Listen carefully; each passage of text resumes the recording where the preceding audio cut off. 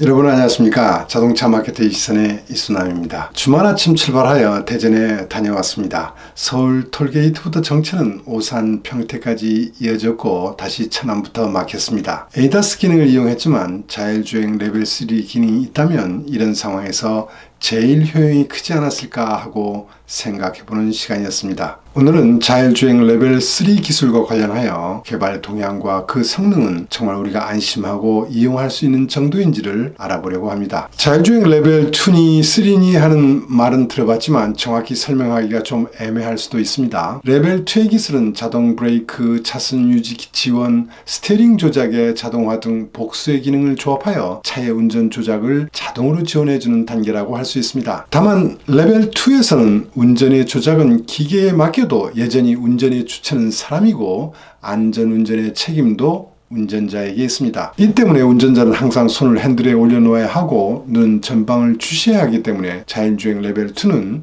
자율주행이라는 용어 대신에 ADAS 즉 첨단운전 지원 시스템이라고 불리는 편입니다. 자율주행 레벨 2와 레벨 3의 가장 다른 점은 한정된 조건에서의 운전의 주체가 누구에게 있느냐라고 할 수 있습니다. 레벨 3에서는 일정 조건 하에서 시스템이 주체가 되어 운전을 하게 되고 주행 중에 운전자는 스마트폰이나 내비게이션에서의 영상을 볼 수도 있습니다. 지금 여러분들이 타고 있는 차에서 레벨 2 기술 ADAS 기능이 작동되는 동안에 스마트폰을 보게 되면 법규 위반이 되지만 레벨 3 기능이 작동할 때는 위반이 안 된다는 것입니다. 이러한 자율주행 레벨 3 기술은 17년 아우디가 A8에 트래픽 잼 파일럿을 처음으로 발표했지만 규제 당국의 승인이 안 되어 아우디의 노력은 좌절된 적이 있습니다. 그러면 자율주행 레벨 3에 대한 법규는 이제 마련되었을까요?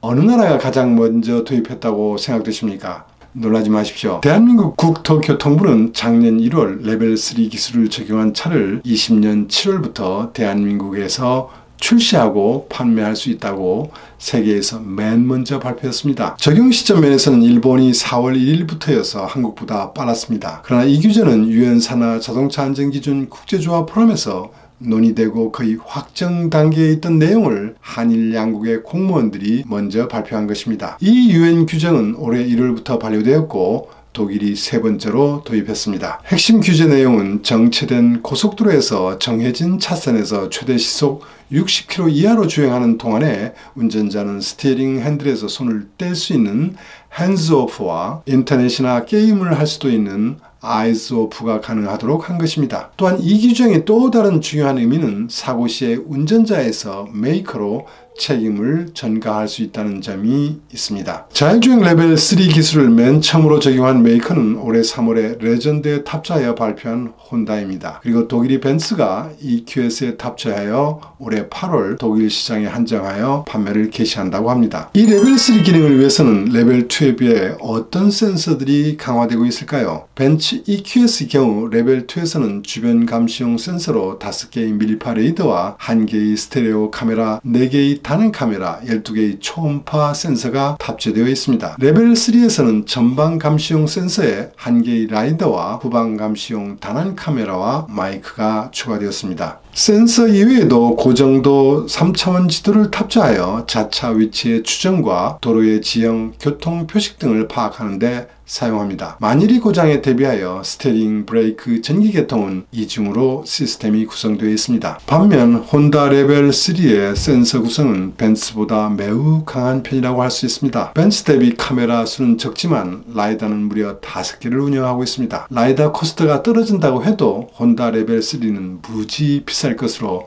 충분히 예상되는 대목입니다. 벤츠 EQS와 혼다 레전드에 탑재된 자율주행 레벨 3의 기능은 비슷한 수준일 것으로 예상됩니다만 어느 정도인지 궁금하시죠? 혼다의 경우를 들어 설명해 드리겠습니다. 혼다의 레벨 3의 기능은 차선의 중앙을 유지하는 주행 기능과 차선 변경, 정체시를 포함하여 선행차를 추종하는 3가지 기능을 제공하고 있습니다. 차선의 중앙 유지와 차선 변경할 때 운전자는 스티어링 휠에서 손을 떼도 시스템이 알아서 해줍니다. 차선 중앙 유지 기능은 고속도로의 출입구에 있는 급 커브길에서도 자동으로 제어할 수 있게 해줍니다. 차선 변경에는 시스템이 후방의 안전을 확인한 후 자동으로 스티어링을 조작합니다. 이미 실용화되어 있는 타사의 시스템에서는 운전자가 방향지시기를 조작한 후에 자동으로 차선을 변경하는 경우가 많습니다. 토요타가 개발한 자율주행 레벨 2 플러스의 기능에는 시스템이 차선을 변경해야겠다는 것을 알려주면 운전자가 승인을 하는 방식입니다. 이처럼 사람이 먼저 방향지시기를 조작하거나 시스템이 제안한 내용을 승인하여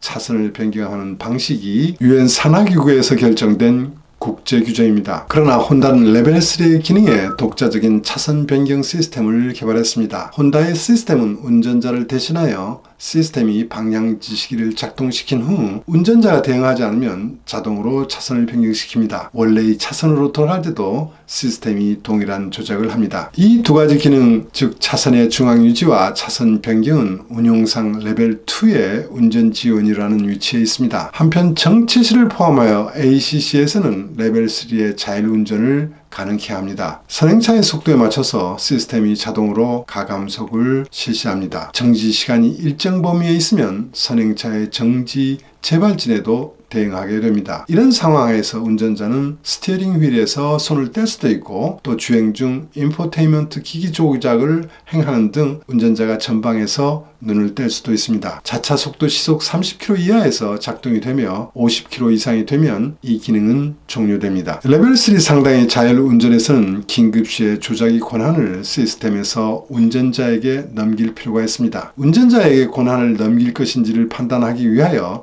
차내 인스트루먼트 파넬에 장착되어 있는 카메라로 운전자의 상황을 감시합니다. 권한의 양은 우선 스티어링 휠에 붙어있는 인디케이터를 사용하여 시각적으로 운전자에게 알려줍니다. 2단계는 청각에 의한 전달로 음으로 경고합니다. 3단계에서는 운전자의 시트벨트를 진동시켜 촉각으로 전달합니다. 이런 수단으로 전달해서 운전자가 대응하는 경우는 자율주행 레벨 3 기능은 중지되지만 운전 지원 기능은 계속됩니다. 한편 운전자가 대응하지 않을 경우는 권한 유형을 할 수 없다고 판단하여 차량 전방의 안전을 확인한 후에 차선 내 또는 노견에 긴급 정지하게 됩니다. BMW와 토요타, 현대차는 아직 레벨 3를 실현하지 못하고 있습니다. BMW는 18년 9월 비전 iNext 컨셉카 발표 당시 레벨 3 기술을 개발한다고 발표했습니다. 그러나 작년 말 전기차 플래그십 차량 iX 발표 시 레벨 3 기술 적용 시점은 지연된다고 했습니다. 개발하고 있는 레벨 3의 성능이 만족하는 수준으로 확인될 때까지 시스템 제공을 하지 않을 것이라 밝혔습니다. 도대체 어떤 성능을 만족하지 못하는 것일까요? 토요타는 4월 8일 신세대 운전 지원 시스템 팀메이트의 어드밴스드 드라이브 기술을 발표했습니다. 이 기술은 레벨 3가 아니고 레벨 2 기술입니다. 기존 기능 외에 몇 가지 진화된 기술이 있어 일부에서는 레벨 2 플러스라고 하지만 렉서스 브랜드를 운영하는 토요타에 맞지 않은 기술 레벨이라고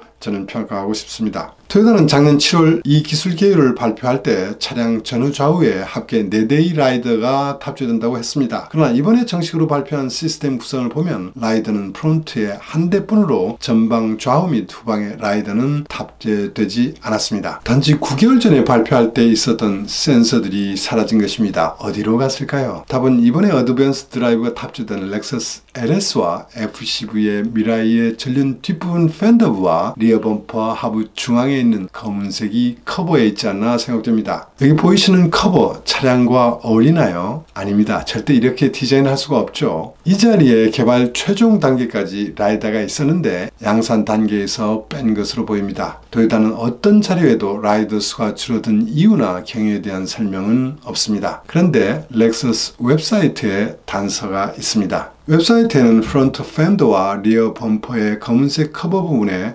나중에 라이더를 장착할 스페이스라고 명기해 놓고 있습니다. 레벨 3 기술 적용에 신중해야 하는 내부의 사정이 있는 듯합니다. 토요타는 라이더 수를 4개에서 1개로 줄이고 레벨 2 플러스를 실현했지만 나중에 4개를 탑재한다는 계획입니다. BMW도 레벨 3 시점을 연기하였고 혼다는 레벨 3를 발표했지만 100대 한정하여 판다는 계획입니다. 왜 이들은 레벨 3 개발에 이처럼 신중해지고 있을까요? 가장 쉽게 생각되는 것은 판매 가격 고려시 효용성이 낮은 부분이 아닌가 생각됩니다. 최근 기아에서 발표된 K8의 ADAS 옵션가는 120만원 정도입니다. 자동 파킹 기능을 추가하면 40만원이 더 소요됩니다. 혼다의 레벨3 가격은 약 400만원 정도가 되고 있습니다. 약 4천만원 이상을 지불하고 이 기능을 산다고요? 말이 됩니까? 라이다를 사용하지 않는 테슬라의 FSD 옵션 가격은 만불입니다. 토요타가 이번 수소열 전차 미라에 적용한 레벨 2 플러스의 가격은 50만원 정도입니다. 벤츠 EQS의 옵션 가격이 얼마로 설정될지는 모르겠지만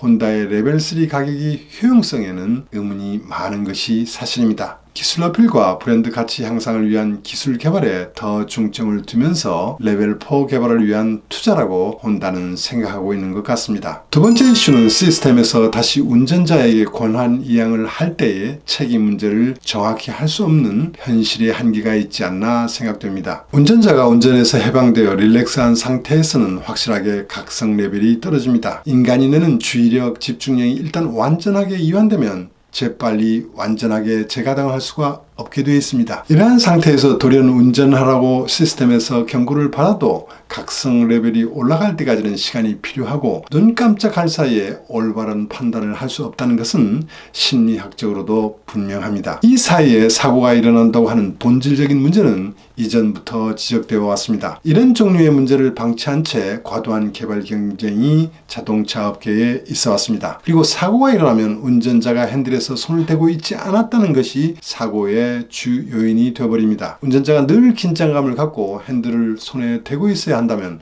한마디로 레벨 3가 성립되지 않게 됩니다. 레벨 3를 실용하면 차와 인간 사이에서 책임이 애매하게 되는 문제도 나올 수 있을 것입니다. 이 문제에 BMW, 토요타도 고민하는 것이 아닌가 생각이 됩니다. 자동차 메이커 중에는 볼보처럼 레벨 3를 스킵하고 바로 레벨 4를 개발한다고 선언하는 곳도 있습니다. 안전을 최우선으로 생각하는 볼보의 과감한 전략적 판단이 토요타, BMW에도 영향을 미치고 있는 것일까요? 기술이한 속성을 고려하면 레벨 3를 스킵하여 레벨 4로 이행하는 것은 매우 어려울 수 있습니다. 우선은 레벨 2의 연장으로서 레벨 3의 기술을 개발하는 것은 이해할 수 있습니다. 그러나 어디까지나 레벨 2 플러스로 해서 운용은 하지만 차량이 전 책임을 지는 레벨 4를 목표로 한 개발은 서둘러야 한다고 생각됩니다. 현대기아차는 23년을 목표로 레벨 3를 개발한다고 발표한 적이 있습니다. 작년부터 레벨 3를 운영할 수 있는 대한민국에서 우리는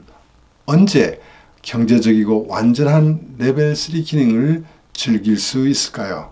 오늘은 여기까지 하겠습니다. 오늘도 시청해 주셔서 감사합니다.